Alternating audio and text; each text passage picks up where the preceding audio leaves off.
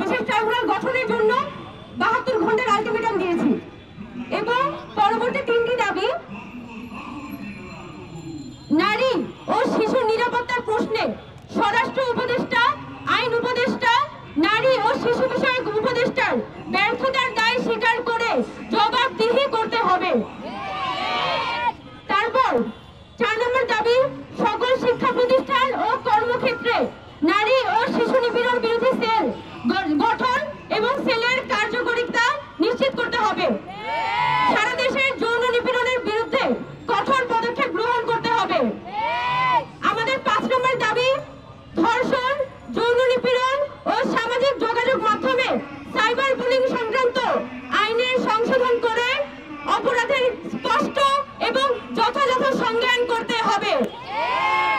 আমরা জানি যে এখনো পর্যন্ত বাংলাদেশে যে বিদ্যমান আইনগুলো আছে সে আইনে আপনি ধর্ষণ বলেন, যৌন নিপীড়ন বলেন, হেনস্থা বলেন, প্রতারণা বলেন, সবকিছুকে কিন্তু নির্দিষ্ট কিছু আইনের মধ্যে এখতিয়ারভুক্ত করতে হয়।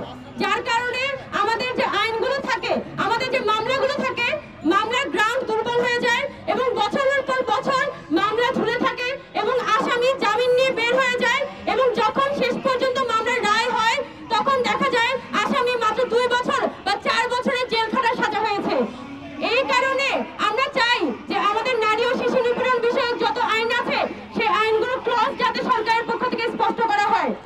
আমরা এই 5টি দাবির ক্ষেত্রে বলতে চাই যে প্রতিটি বিচারের তদন্ত কার্যে যত ধর্ষণ হয়েছে সবগুলোর বিচারের তদন্ত কার্যে প্রশাসন ও আইন শৃঙ্খলা বাহিনীর সর্বোচ্চ সহযোগিতা নিশ্চিত করতে হবে।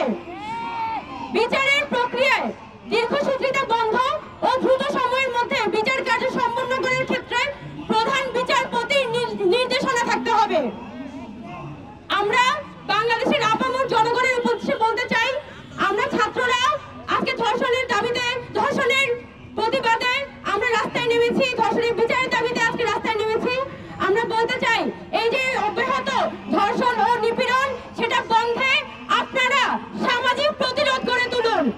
সামাজিক প্রতিরোধ গড়ে না তুললে এই ধর্ষকরা নানানভাবে সমাজের মধ্যে পুনঃপ্রতিষ্ঠা হবে। আর আমরা বলতে চাই যে জনগণের উদ্দেশ্যে বলতে চাই, আপনারা অপরাধীদের আইনের হাতে সোপর্দ করুন এবং তাদেরকে সামাজিকভাবে বয়কট করুন। অপরাধী যদি আপনাদের আত্মীয় স্বজন হয় তাদেরকে আপনারা বয়কট করুন। অপরাধীকে যদি আপনার পাশের বাসায় থাকে তাদেরকে আপনারা আইনের হাতে তুলে দিন। কারণ আমরা চাই যে প্রত্যেকটা ধর্ষণের বিচার হোক এবং বাংলাদেশে আমরা চাইলে বলতে পারি, আমরা কিন্তু এখানে চাইলে বলতে পারি যে ধর্ষকটা মার পারে লাইনে আমরা চাইতে পারি, কিন্তু আমরা যদি দীর্ঘমেয়াদী সমাধান চাই তাইলে আমাদের আইনের সমস্যার সমাধান করতে হবে, আমাদের আইনগুলো সংশোধন করতে হবে। আমাদের পুলিশ স্টেশনে একটা মেয়ে যখন কমপ্লেন রেজিস্টার করতে চায়, কোনো যৌন নিপীড়নের কমপ্লেন রেজিস্টার করতে চায়, ধর্ষণের কমপ্লেন রেজিস্টার করতে চায়, যে পরিমাণ হ্যারাসমেন্টের শিকার হতে হয় সেই কারণেই দেখা যায় আমাদের 1/3 ধর্ষণের কমপ্লেন কখন রেজিস্টারই হয় না। তাই আমাদের বাংলাদেশের সার্বিক পরিবেশটাই একজন নারীর জন্য উপযোগী করতে তুলতে হবে। গত কিছুদিন আগে আমাদের ঢাকা বিশ্ববিদ্যালয়ের একজন শিক্ষার্থীকে এই রাজু ভাস্কর্যের সামনে হেনস্থা করা হয়েছিল। আমরা দেখেছি কিভাবে হেনস্থাকারীকে, ওই ইফতিজারকে দিনে দুপুরে মালা পরিয়ে, ফুলের মালা পরিয়ে তাকে জামিন দিয়ে নিয়ে আসা হয়। এটা আমাদের বাংলাদেশের জনগণের জন্য লজ্জা। আমরা বলতে চাই যে আপনারা না বুঝে না জেনে একটা ইফতিজারকে সাপোর্ট করবেন না।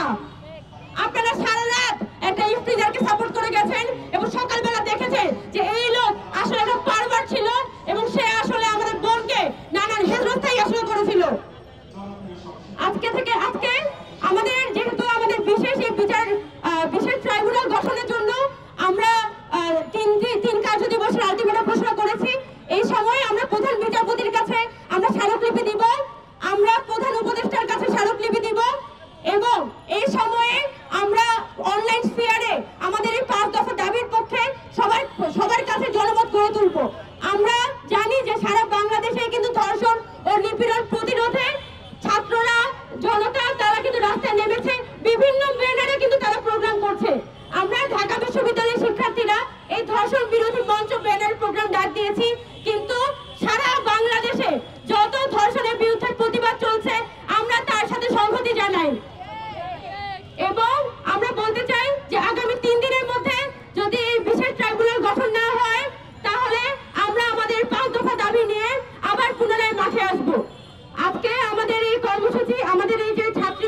বিশ্ববিদ্যালয়ের ছাত্রীদের পক্ষ